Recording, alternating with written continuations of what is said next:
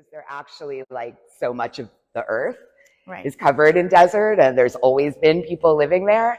So all those words that you want to say, like remote and empty, are actually not accurate at all, except from city dwellers' points of view.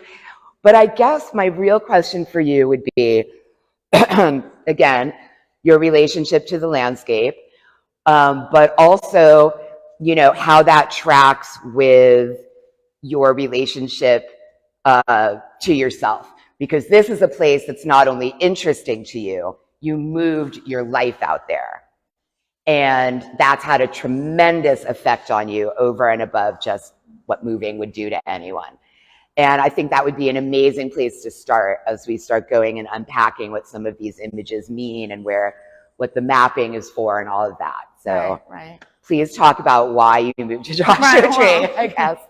Well, like 20 years ago. San Pedro. Yeah. A little different. Oh, I've lived all over LA, but I was born and raised in LA. I've lived in like every neighborhood you can imagine in LA.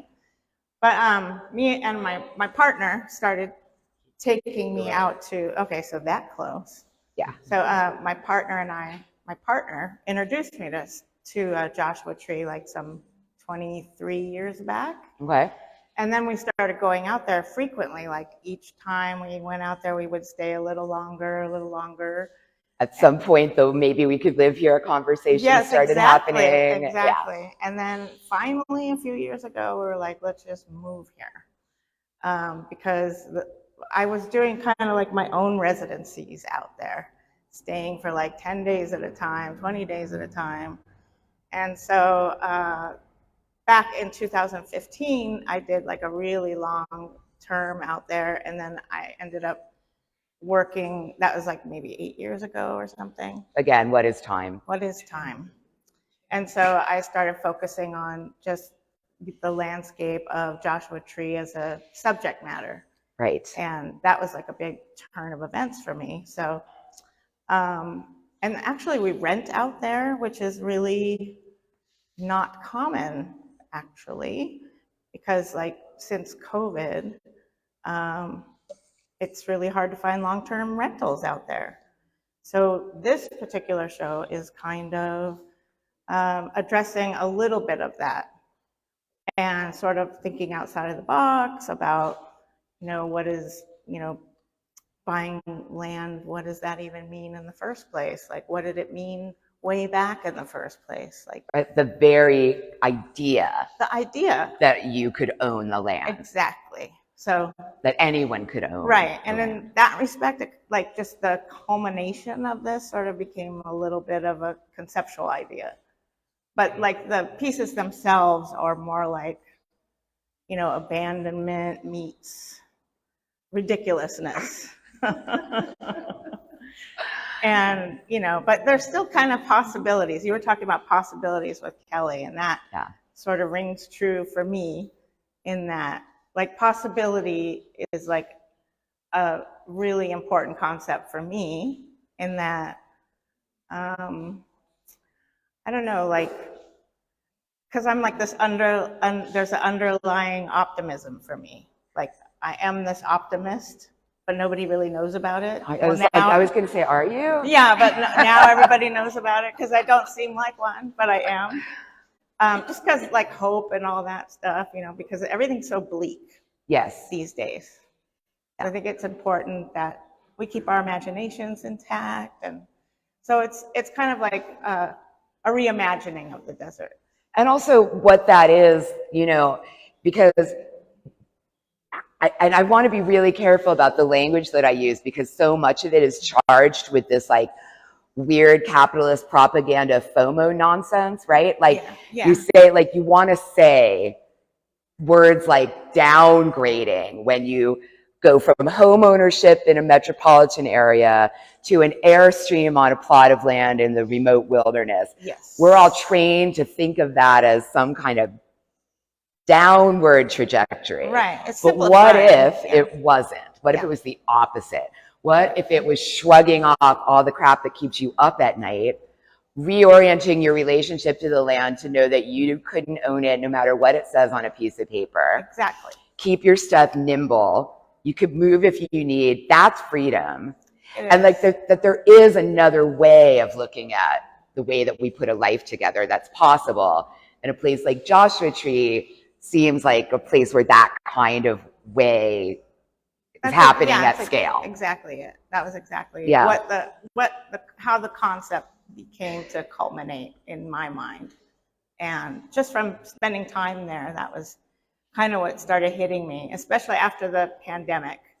And you wouldn't believe how many Airbnbs are going on down there since, I mean, you've been out there, so I've been out there. I mean, there must be 4 on my block alone, and they're still building them. Like there's still a couple properties being built, new ones.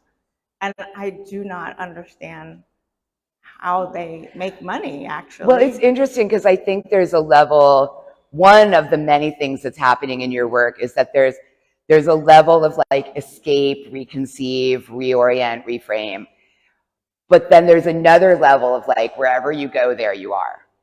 And you're going to bring your dysfunctional social crap with you. So you've gone through everything you need to do to go live in the desert instead. And the first thing you do is build like a West Hollywood condo on your property. Yeah, that's right. And it's like, didn't you just uproot your whole existence for something different? This is kind of like that. Like what that is. Reimagining of like building your own imagination on your land instead of doing something like that. Like, you know, that's why there's a lot of kind of crazy things in the paintings that don't make that much sense. Like drum sets and the occasional UFO. Yeah. I used to be a drummer, so that's actually my real drum set on there.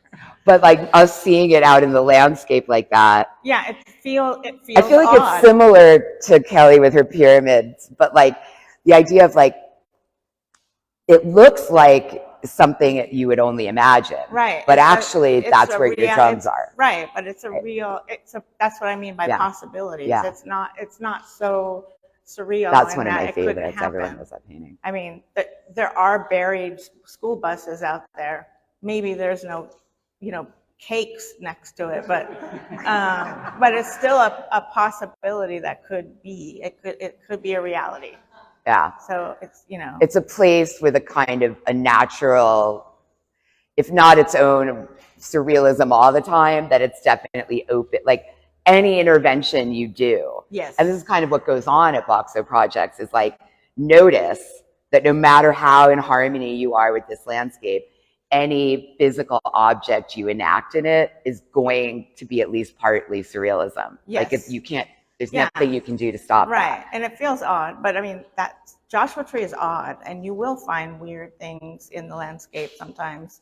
Just things like, rotting away, like, little children's playground toys that are just like, have been there since the 50s or, and it looks weird, but it's cool. Yeah. And there's I mean, it's funny because it's not too far from there where there's that famous location where they filmed, was it Ben-Hur, and then they left all the architect stuff.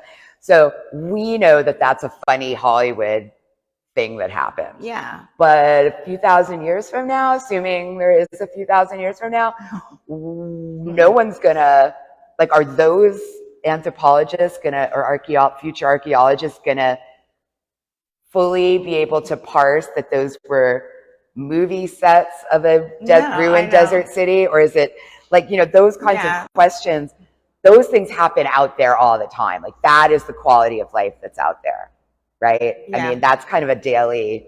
So maybe talk a little bit about, for me, what the newest things, I mean, I love that school bus too, but because there's also this whole, like, it can mean a lot of things if you wanted to. And you're just like, no, that's the buried school bus at the end of my street. But it feels very symbolic of, and emblematic of other ideas. A lot of people have felt that about that school bus painting. And, they think, some people think it's doom and gloom. A comment on, let's say America or whatever. Yeah. Yeah. I'm not that deep. But it doesn't have to be. I mean, it could be. It's, with my work, I always want people to get their own interpretations of it. I don't want to jam anything down anybody's throat. And I just feel like if it speaks to you in any way, and whatever way, that's. up to you. But then at the same time, newer to me are the map paintings. Yeah, right? The aerial. And this entire beautiful vision wall, right? Oh. So that is a map, right? Of like real things and places and events and whatever. So yes. At the same time as a lot of the work and the symbols are very open-ended, maps can be very specific. Yes. So maybe talk a little bit about what those are doing in the series. They're kind of informing the other work. The maps of Joshua Tree are actual places near where I live. And I just thought they were beautiful. The palette was beautiful. And I wanted it to be kind of a foray into an abstract type of, grid. And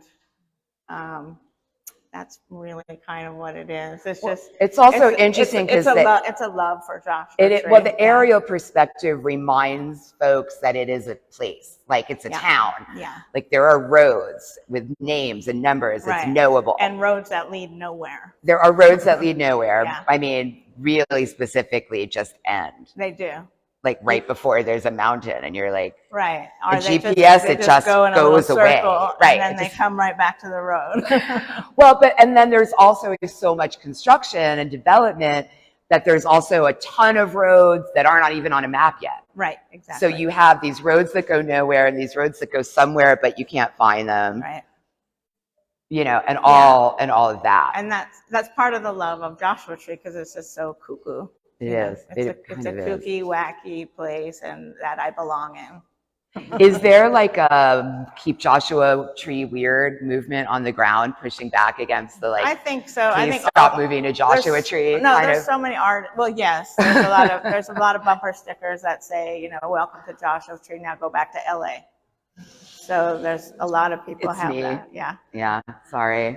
Me too. So I'm one of those LA people that went there. So. But at the same time, there is it's funny to talk about this, like get the hell out. But at the same time, there's an incredibly welcoming, really proud community of creative people up there. Yes. So a little plug, I think the next 3 weekends, the 8th, the 15th, and the 22nd weekends are the Highway 62 Open Studio Art Tour. Yeah, there's like more than and there's hundreds of art studios, galleries, pop-ups, weird businesses, whatever. Exactly. Going all through from Pioneer Town all the way to 29 Palms. Yes. Wonder Valley. And Wonder Valley. Yeah, all the way. I mean, it's a big trek, but it's worth it. Like you can't possibly, but they have a catalog and you can pick and choose. So there is this kind of now go home, but there also is I want to show you how incredible our life here is. Yeah, like there's a pride as well. So many artists.